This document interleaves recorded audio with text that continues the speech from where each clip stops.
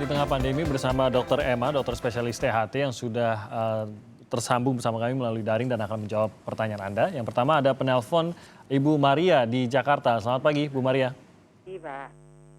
Pagi, Bu Maria. Pagi. Pagi, Bu. Silakan, Bu, pertanyaannya. Ya. Pagi, Dok. Dok, Ibu. yang mau saya tanyakan, apakah ada solusi untuk orang yang pendengarannya udah agak berkurang ya, Dok? Apa di dokter THT ada alatnya untuk mengetes ini udah kekurangannya seberapa begitu? Itu aja, Dok. Solusinya apa, Dok? Bu Maria, kalau boleh tanya, apakah karena usia kah atau apa ya pendengarannya? Mungkin karena usia. Oke, mohon maaf boleh disebutkan mungkin usianya akan membantu dokter untuk menjawab? 60-an. 60-an ya, oke. Ya. Baik, terima kasih Bu Ya, Maria. makasih. Apakah ada alat atau bisa membantu ya ukurannya? Baik, kita jawab dulu, kita terima dulu penelpon berikutnya. Pak Aceng di Singaraja, Bali. Selamat pagi, Pak. Iya. Silakan Pak pertanyaannya. Keluhannya begini, saya penciumannya itu tidak berfungsi. Iya, jadi umpamanya makan apa tidak bisa membaui, umpamanya duren aja tidak tahu itu baunya kayak apa gitu. Hilang. Sekali ya? Iya, hilang sama sekali. Sudah berapa lama itu Pak? Kira-kira 3 tahun lah. Oke, sudah 3 tahun. Iya, kurang lebih 3 tahun. Kalau mengicip makanan begitu? Bisa rasa asin, manis, pahit, bisa asam, bisa.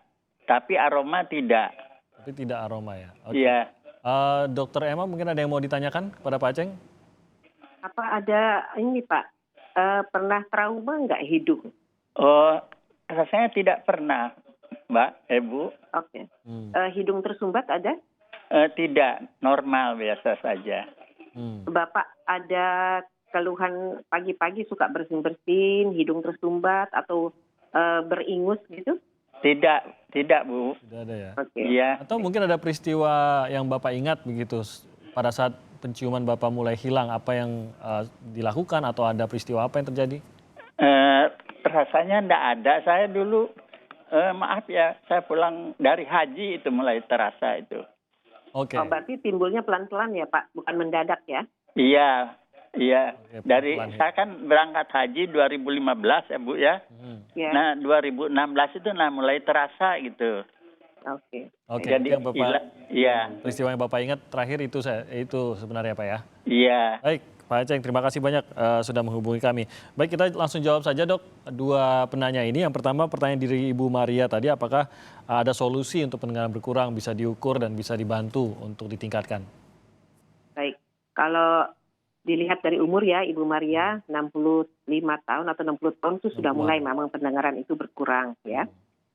Kalau Ibu tidak takut untuk ke rumah sakit, di rumah sakit itu biasanya ada. Tapi rumah sakit yang besar ya Ibu ya, itu ada di Poli THT itu pasti dilengkapi dengan alat pemeriksa pendengaran, namanya audiometri.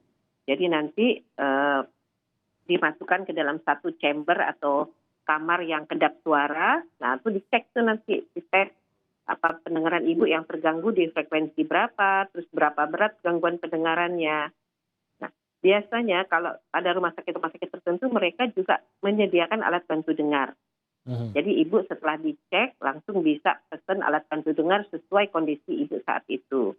Tapi kalau rumah sakitnya tidak ada menyediakan alat bantu dengar, dengan hasil dari pemeriksaan dari rumah sakit, ibu bisa bawa ke istilahnya optik ya, yang menyediakan alat bantu dengar. Nah, ibu bisa beli di situ. Jadi ada alatnya juga ya. Tapi ya, tidak ini ya Dok, kalau memang alasannya adalah umur, apakah akan terus berkurangkah nanti kemampuan pendengaran ini? Biasanya begitu. Jadi kalau memang karena umur, misalnya sekarang umur 65 sudah mulai berkurang, dicek ternyata harus pakai alat bantu dengar. Sebenarnya begini loh, alat bantu dengar itu dipakai kalau memang si pasiennya ini atau orangnya ini merasa dia sangat sulit berkomunikasi. Nah, kalau dengan berkaitan dengan umur kan biasanya dua-duanya kiri kanan tuh pasti berkurang. Tidak terlalu banyak lah perbedaannya, tapi pasti berkurang. Nah, misalnya langsung dipakaikan alat bantu dengar. Alat bantu dengar ini harus dicek setiap tahun. Jadi seperti dikalibrasi gitu loh. Ya. Disesuaikan dengan gangguan pendengarannya, bertambahkah atau menetapkah, tapi tetap harus kalibrasi. Oke, tapi membaik mungkin tidak tuh dok kalau alasan umur? Kalau Pendengarannya. alasan umur tidak bisa Ya. membaik lagi. Jadi kalau Tapi dengan menetap saja bantuan, sudah bagus ya? ya dengan bantuan alat bantu dengar biasanya komunikasi bisa lebih bagus lah. Oke, baik kita jawab pertanyaan dari Pak Aceng tadi. Ini menarik Oke. juga sebenarnya dok. Kehilangan penciumannya, apakah Ya. ada solusinya atas hal ini?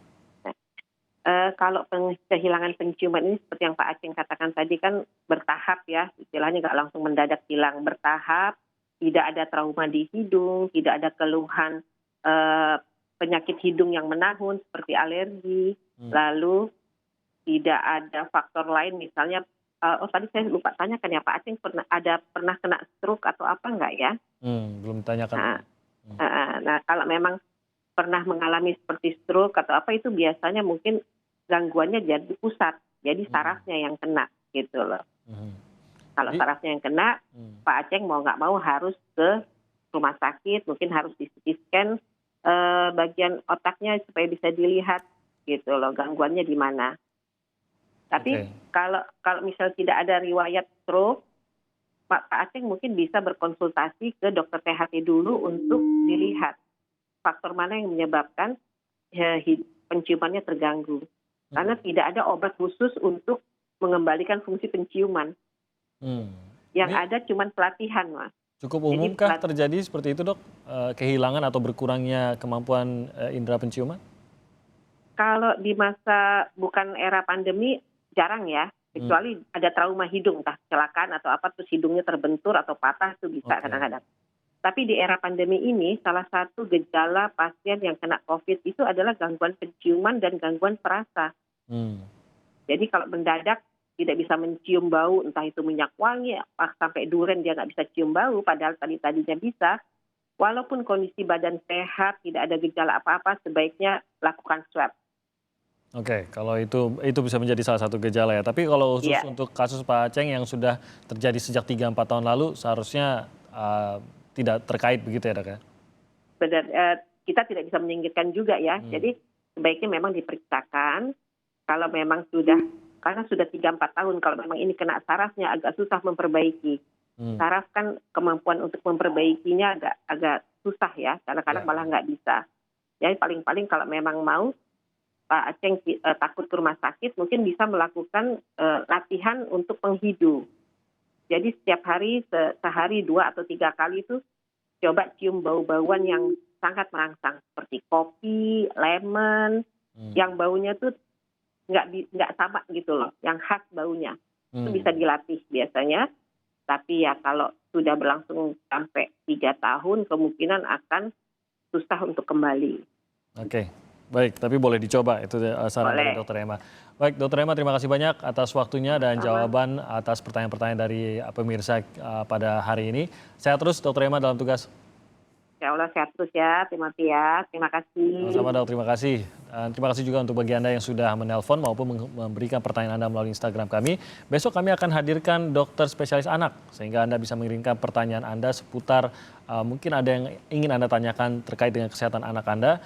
Kirimkan melalui Instagram kami di @sapaindonesia_kompas_tv atau Anda bisa menghubungi kami besok live di Kompas TV. Kita akan kembali lagi dengan informasi lain.